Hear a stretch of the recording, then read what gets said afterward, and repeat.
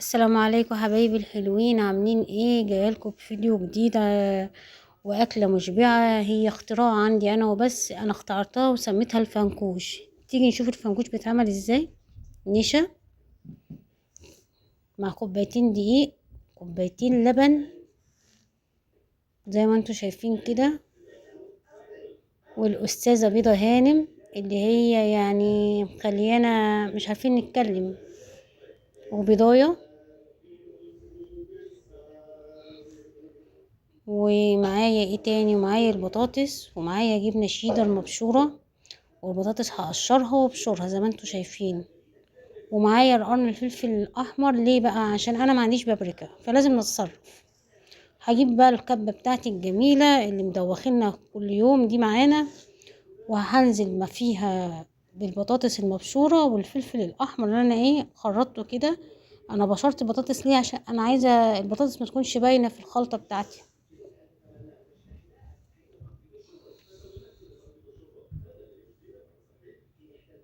خلاص كده هجيب الكبة وانزل بالبطاطس المبشورة زي ما انا قلت لكم، والفلفل اهوت في الكبة، كل ده في الكبة،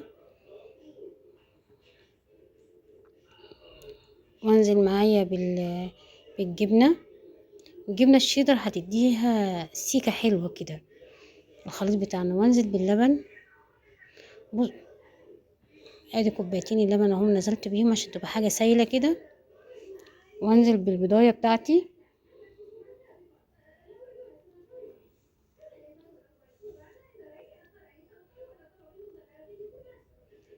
ومعلقة ملح كبيرة حلوة كده عشان الخلطة كبيرة، وفلفل اسمر عشان الزفارة بتاعت البيض، وكمون هتضيع مني الزفارة والأكلة دي هيبقى فيها نشويات، فيتامينات، وكالسيوم. يعني وجبة متكاملة من الآخر. شفتوا الخليط السائل اللي عندي ازاي وشكله جميل قوي؟ هنزل بقى بكوبايتين الدقيق،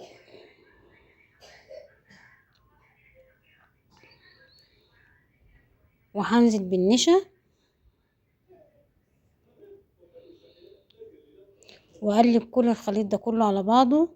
خلي بالكم انا حطيت معلقتين كيك شيف، انا مش عايزه الخلطه بتاعتي تبقى مكتومه زي ما انتوا شايفين اهو في الفيديو. انا كده بحط معلقتين كيك شيف علشان الخلطه بتاعتي تبقى هشه وجميله. وبقلبها كده بالمضرب اهوت، مضرب يدوي عادي. وحطيت الطاسه على النار، ونزلت بالخليط بتاعي اهوت. عملت قرص والله شكله جميل، يعني اكله شكلها والله تحفه. انا بوريكم بص يعني المنظر عامل ازاي، بيتكلم عن نفسه.